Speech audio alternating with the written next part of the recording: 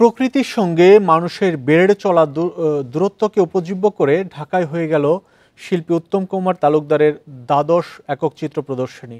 এই প্রদর্শনী প্রকৃতি নিয়ে মানুষকে ভাবতে আগ্রহী করবে বলে মনে করেন দর্শনার্থীরা। বান্ডেল থাকলে প্রতি সেনমানিতে টাকা বাঁচবে। বিকাশ সেনমানি বান্ডেল কিনে জিতুন প্রতি লেনদেনে।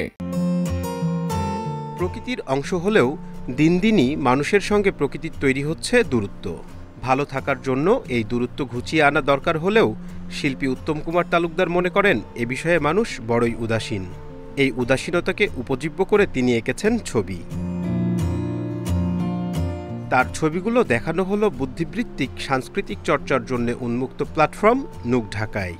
দর্শনার্থীরা বলছেন প্রতিটি চিত্রকর্মে তারা শিল্পীর গভীর ভাবনা ও প্রকৃতিপ্রেম খুঁজে পেয়েছেন।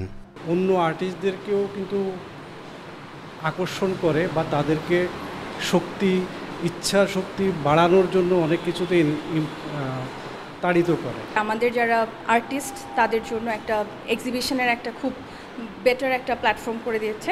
ওই পিসেসগুলা প্রত্যেকটা আর্টে হচ্ছে সে তুলে ধরেছে। যেমন একটা আর্ট দেখলাম যে উনি ব্যাকগ্রাউন্ড ব্ল্যাক করেছেন, বাট ওটা কলম দিয়ে ডট দিয়ে শিল্পীর অন্তর্গত প্রেরণার 40টি চিত্রকর্ম উপস্থাপন করা হয়েছে প্রদর্শনীতে।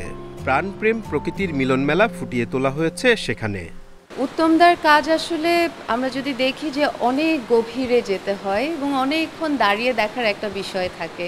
তো ওনার ছবি কিউরেট করার সময় আমার মনে হয়েছে যে এটা আমার নিজের জন্য একটা বড় ইন্সপিরেশনের জায়গা। এটি শিল্পী উত্তম কুমার তালুকদারের 12তম একক প্রদর্শনী। রাহিনুল ইসলাম রিঙ্কু, ইন্ডিপেন্ডেন্ট নিউজ, ঢাকা।